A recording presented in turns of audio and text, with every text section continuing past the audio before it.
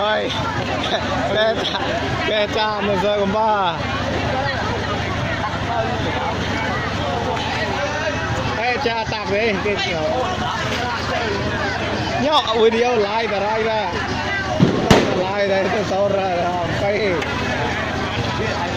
like ra ấy biết thằng đấy mà like ra đó là like mà tôi thôi rồi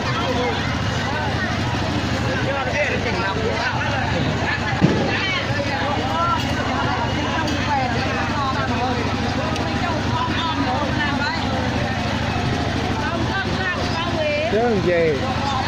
chơi ba mà lớn lên mà gì là ai đánh bao mình ao